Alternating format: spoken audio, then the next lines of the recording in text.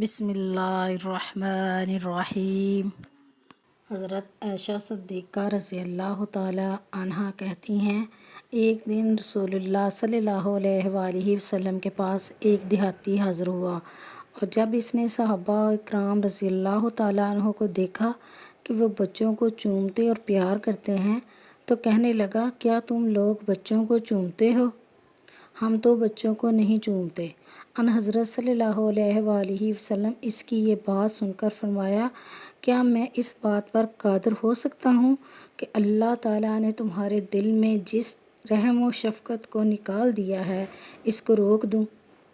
تفسیر: رسول اللہ صلی اللہ علیہ وآلہ وسلم کے ارشاد کا مطلب یہ تھا کہ جب اللہ نے تمہارے دل کو رحمت و شفقت اور پیار سے خالی کر دیا ہے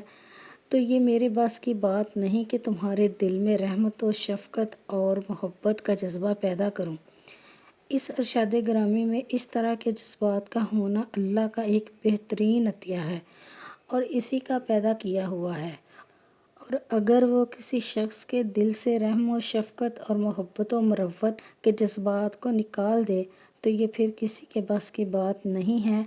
کہ وہ اس شخص کے دل کو ان جذبات کی دولت عطا کر دے۔